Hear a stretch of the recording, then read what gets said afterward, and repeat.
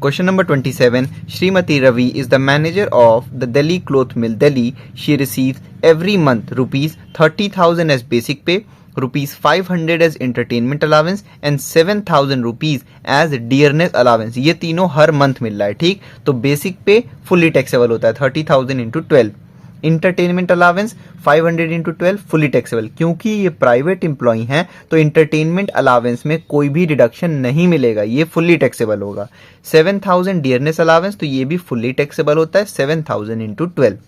A point, she owns a house but the company has provided her with the following amenities: a garden, a sweeper and a servant who are each paid rupees 300 per month, free use of the refrigerator costing rupees 5,000। देखो भाई, श्रीमती रवि का खुद का घर है लेकिन company ने उन्हें गार्डन, स्वीपर और सर्वेंट प्रोवाइड किया है और पे भी कर रही है कंपनी उन तीनों को 300 रुपए पर मंथ। तो क्योंकि यहाँ पे श्रीमती रवि को इनको गार्डनर को नहीं पे करना पड़ रहा है ना, कंपनी पे कर रही है ना, तो श्रीमती रवि के लिए ये हो गया फायदा, यानी कि रवि के लिए हो गया ये परक्विजिट और इसी वजह से ये टैक्सेबल होगा, ठीक। अब इसको ध्यान से देखना, फ्री यूज ऑफ रेफ्रिजरेटर बोला है। अगर यही चीज यहां पे ये बोल देता कि एम्प्लॉयर ने एम्प्लॉय को, यानी कि जो श्रीमती रवि के एम्प्लॉयर हैं, उन्होंने अगर श्रीमती रवि को रेफ्रिजरेटर बेच दिया होता तो फिर आप पेज नंबर 114 पे पढ़ लेना, वो वाला ट्रीटमेंट होता है। लेकिन यहां सिर्फ रेफ्रिजरेटर को दिया गया फ्री यूज करने के लिए, ठीक है। तो वैसे कंडीशन में हम केवल डेप्रिसिएशन लेते हैं, वो भी एट द रेट 10%, ठीक। The following obligations of her were paid by the company, यानी कि गैस, इलेक्ट्रिसिटी और वाटर बिल्स का जो अमाउंट हो रहा था 2,000 रुपए, वो किसने पे कर दिया? कंपनी ने। जब कंपनी ने पे कर दिया तो ये भी हो गया श्रीमती रवि के लिए फायदा, यानी कि परक्विजिट, और इसी वजह से ये हो जाएगा taxable. Annual membership fee of rotary club rupees 2400। भाई रोटरी क्लब का एक एनुअल मेंबरशिप फी था, वो भी कंपनी ने पे कर दिया, तो ये श्रीमती रवि को फायदा हो गया, यानी कि परक्विजिट हो गया, इसी वजह से ये भी टैक्सेबल होगा। The company has provided the facility of small car, the car is used for private purpose also beside official purpose, यानी कि बोथ यूज के लिए कार यूज होती है। And all the expenses including the driver's salary are borne by the company। यार देखो, car वाली video मैं अलग से बना चुका हूँ, वो आप देख लो तो ज़्यादा अच्छे से आपको समझ में आएगा। कार को हम कैसे अप्रोच करते हैं, हम देखते हैं कौन ओन कर रहा है, क्योंकि दो अलग कंडीशन होती है, एक ओन्ड बाय एम्प्लॉयर, एक होता है ओन्ड बाय एम्प्लॉय। तो यहाँ प्रोवाइडेड बाय एम्प्लॉयर बोला है, यानी कि ओन्ड बाय एम्प्लॉयर है, ठीक। फिर उसमें से ये इन तीनों में से कौन सा कंडीशन है? साफ साफ बोला है बोथ यूज के लिए है। तो इस वाले पे आ जाओ, बोथ यूज में दो अलग अलग कंडीशन है। ओन और खर्चे कौन कर रहा है? तो यहाँ पे इस वाले क्वेश्चन में बोला गया है ओन भी एम्प्लॉयर कर रहा है और एक्सपेंसेस भी एम्प्लॉयर कर रहा है, तो यानी कि पहला वाला condition, owned and expenses by employer. Small car का 1800 पर मंथ फिक्स होता है टैक्सेबल, तो 1800 इंटू 12 कर देना, ठीक। उसके अलावा क्वेश्चन में बोला गया है कि ड्राइवर सैलरी भी पे हो रही कंपनी से, यानी कि ड्राइवर भी प्रोवाइड हुआ है, तो प्लस 900 पर मंथ भी टैक्सेबल होगा। ध्यान रखना इस चीज को। आगे बोला गया है कि हर son is studying, important point है, ध्यान देना, हर son is studying in a school run by the company, the annual expenses incurred by the company per student is rupees 3600, but had he been sent for education to a similar school, a sum of rupees 1200 would have been payable during the year। यार सबसे पहले तो इस point से related बहुत लोग को एक ये कंफ्यूजन होती है कि इसको वो लोग चिल्ड्रन एजुकेशन अलावेंस से कंपेयर करने लगते हैं और वो समझ बैठते हैं, जबकि ध्यान देना है, बहुत इंपॉर्टेंट चीज़ है कि जो हमने चिल्ड्रन एजुकेशन अलावेंस पढ़ा था वो नहीं है ये, वो दूसरी चीज़ है। और ये कि जब एम्प्लॉय जो है एम्प्लॉयर के चलाए गए स्कूल में अपने बच्चे को पढ़ा रहा है, ये दूसरा कंडीशन होता है। देखो, आप मेरे चैनल पे सैलरी असेसमेंट ईयर 24-25 प्लेलिस्ट में जाओ, उसमें आपको ये जो वीडियो नंबर 5 है ना, इसमें मैंने जब भी education facilities provided to children by employer के स्कूल में, तो उसका क्या ट्रीटमेंट होगा वो मैंने बता रखा है, आप देख लो जाके इसमें, ठीक।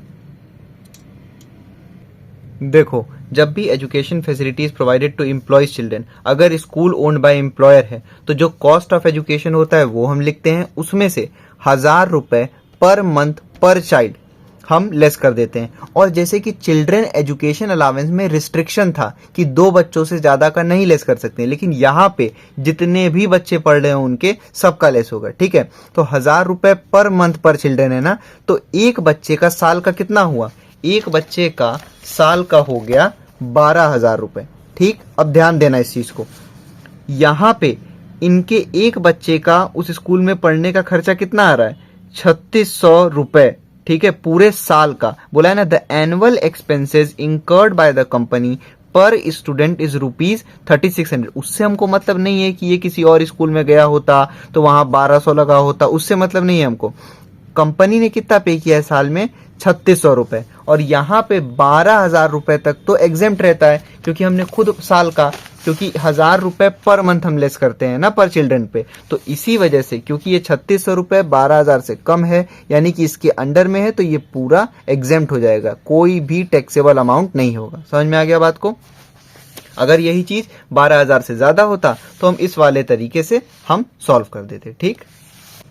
और एक ही बच्चा था इसीलिए हमने 12,000 से कंपेयर किया। She proceeded on 1 month's leave to Shimla by car, where she stayed in the holiday home maintained by the company. The value of such a facility is ₹6,000. तो वैसे फैसिलिटी का हो जाता खर्चा 6,000 रुपए, और इनका भाई वहां पे ये रही है तो ये परक्विजिट हो गया, इसी वजह से ये टैक्सेबल हो जाएगा। The company proposed to allot her 100 shares at ₹100 each. The fair market value per share on the date on which the option was exercised by the employee was ₹350. ध्यान देना अब इस चीज को जो बताने जा रहा हूं, जब भी कंपनी अपने किसी एम्प्लॉय को शेयर्स अलॉट करती है तो हम जितना एम्प्लॉय को फायदा हुआ रहता है जितने रुपए का, केवल वो फायदे वाला अमाउंट टैक्सेबल होगा। कहने का मतलब, जिस समय एम्प्लॉय ने यानी कि श्रीमती रवि ने शेयर्स खरीदे थे उस समय कोई और खरीदता तो वो पड़ते 350 रुपए के, लेकिन श्रीमती रवि को कितने के पड़े, 100 रुपए के, यानी कि श्रीमती रवि को हर शेयर पे 350 माइनस 100 कर दो, हर शेयर पे 250 रुपए के फायदे हुए, ठीक। तो 250 इंटू 100 हम कर देंगे, क्योंकि 100 शेयर्स थे, ये आ गया टैक्सेबल अमाउंट ऑफ शेयर्स, जितना प्रॉफिट हुआ था बस वो टैक्सेबल होगा। आगे हमसे बोला है कि हमको टैक्सेबल इनकम कैलकुलेट करना है सैलरीज हेड में, ठीक है। सॉल्यूशन देखते हैं 27 का। सबसे पहले हम फॉर्मेट बनाएंगे, तो फॉर्मेट बना लो आप, computation of taxable salary for the assessment year 2024-25 अभी चल रहा है, वही मैंने लिख दिया है यहाँ पे। सबसे पहले हम लेते हैं सैलरी, कितना है 30,000 पर मंथ, तो 30,000 मल्टीप्लाइड बाई 12, 12 3 36, ये हो गया 3,60,000।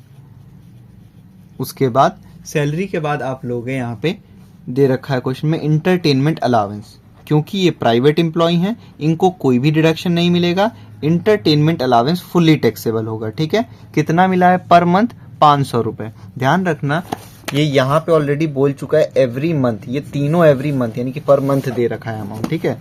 तो 500 इंटू 12 यानी कि साल का हो गया 6,000 रुपीज, ठीक।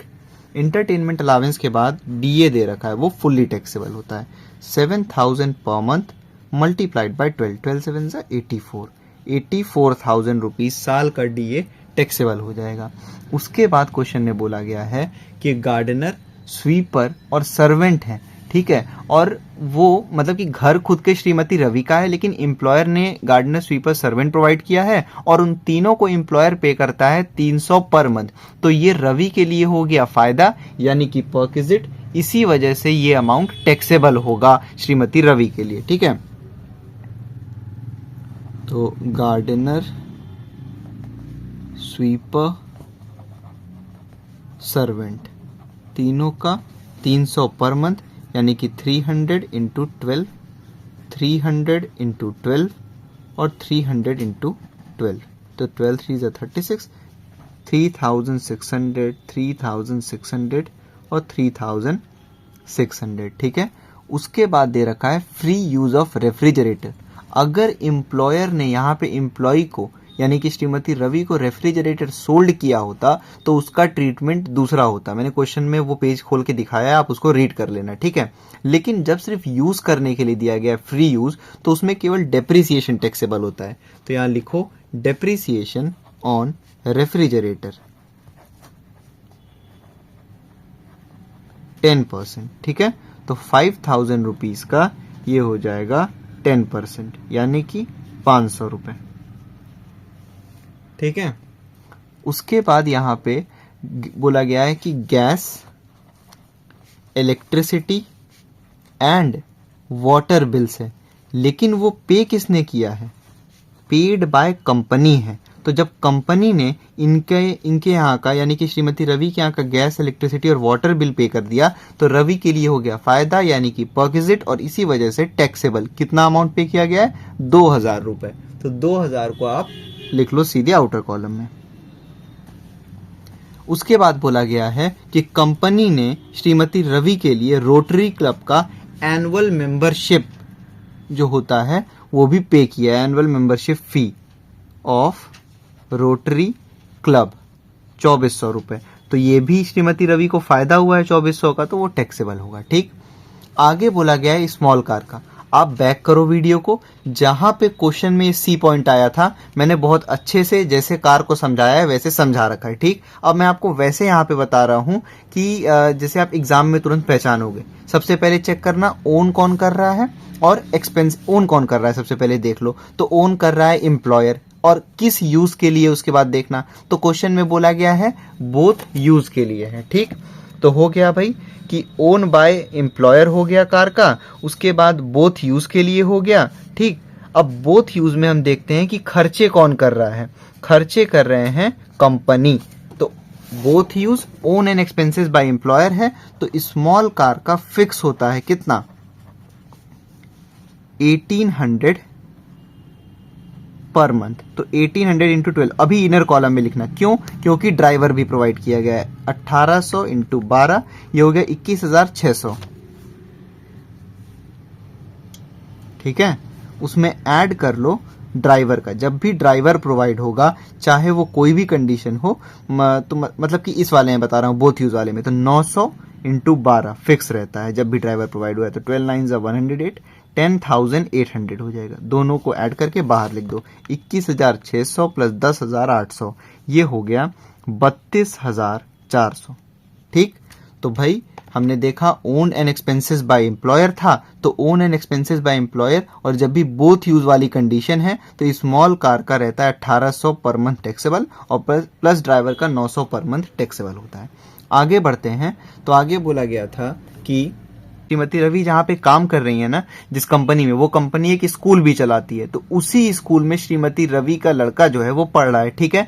तो इसको चिल्ड्रन एजुकेशन अलावेंस से कंफ्यूज मत करना, पहली चीज, ठीक। तो जब भी एम्प्लॉय जो है अपने बच्चे को एम्प्लॉयर के स्कूल में पढ़ा रहा है, तो उसका कैलकुलेट करने का तरीका दूसरा था। जो भी कॉस्ट ऑफ एजुकेशन आता है उसमें से 1,000 रुपए पर मंथ पर चिल्ड्रन, और कोई रिस्ट्रिक्शन नहीं है नंबर ऑफ चिल्ड्रन पे, तो 1,000 रुपए पर मंथ पर चिल्ड्रन ऐड कर मतलब मल्टीप्लाई करके यहाँ पे लेस कर देते हैं। तो अब यहाँ आप देखोगे क्वेश्चन में बोला गया है कि जो मतलब कि श्रीमती रवि के एम्प्लॉयर हैं वो चार्ज कर रहे हैं केवल 3,600 रुपए साल का, ठीक। और यहाँ क्या लिखा है? एक बच्चे का 1,000 रुपए पर मंथ, यानी कि साल का एक बच्चे का 12,000 रुपए तक माफ रहता है, और कंपनी ने तो केवल 3,600 रुपए पे किया है ना भाई। तो इसी वजह से यहाँ पे एनुअल एक्सपेंसेस वाले अमाउंट में जो चिल्ड्रन पढ़ रहा है कोई भी टैक्सेबल अमाउंट नहीं होगा, ठीक है। सिंपल सा हिसाब है भाई कि साल का 12,000 रुपए तक छूट मिलता है, और यहाँ पे केवल 3,600 रुपए एम्प्लॉयर पे किया है, तो यानी कि फ्री एजुकेशन में कोई भी अमाउंट टैक्सेबल नहीं होगा। यहाँ लिख दो नील, ठीक है।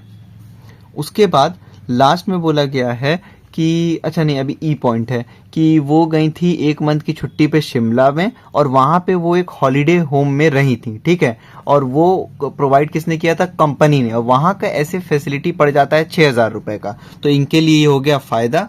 तो आप लिख दोगे यहाँ पे कि हॉलिडे होम एक्सपेंस 6,000 रुपए, ये परक्विजिट है, इसी वजह से टैक्सेबल हो जाएगा। उसके बाद लास्ट में शेयर्स का था। मैंने अभी क्वेश्चन कराते स्टार्टिंग में बताया कि जब भी कंपनी अपने एम्प्लॉय को शेयर्स अलॉट करती है तो केवल जो प्रॉफिट होगा जितना एम्प्लॉय को, केवल वही टैक्सेबल होगा। ठीक है, तो शेयर्स वाला कैलकुलेशन ऐसे करोगे। अब देखो, shares allotted to Shrimati Ravi. ठीक, अगर कोई और लेने जाए, उस समय फेयर मार्केट मतलब मार्केट वैल्यू उस शेयर की क्या चल रही थी, 350 रुपए, और श्रीमती रवि को वो कितने का मिला, एक शेयर 100 रुपए में। फिर से देखो, मार्केट में उस शेयर का रेट चल रहा था 350 रुपए, रवि को मिला है 100 रुपए में एक शेयर। ठीक है, तो 350 माइनस 100 कर देंगे, जितने का फायदा होगा पता चल जाएगा। और कितने शेयर्स अलॉट किए हैं कंपनी ने इनको, 100 शेयर्स, तो वो मल्टीप्लाई कर दो 100 से। ठीक, फिर से देखो, 350 माइनस 100 कर दिए तो ये हो गया 250, यानी कि एक शेयर पे श्रीमती रवि को 250 रुपए का फायदा हुआ। तो 100 शेयर्स पे उनको कितने का फायदा हुआ, 25,000 रुपए का। वो उनके लिए टैक्सेबल हो जाएगा, ध्यान रखना इस चीज को।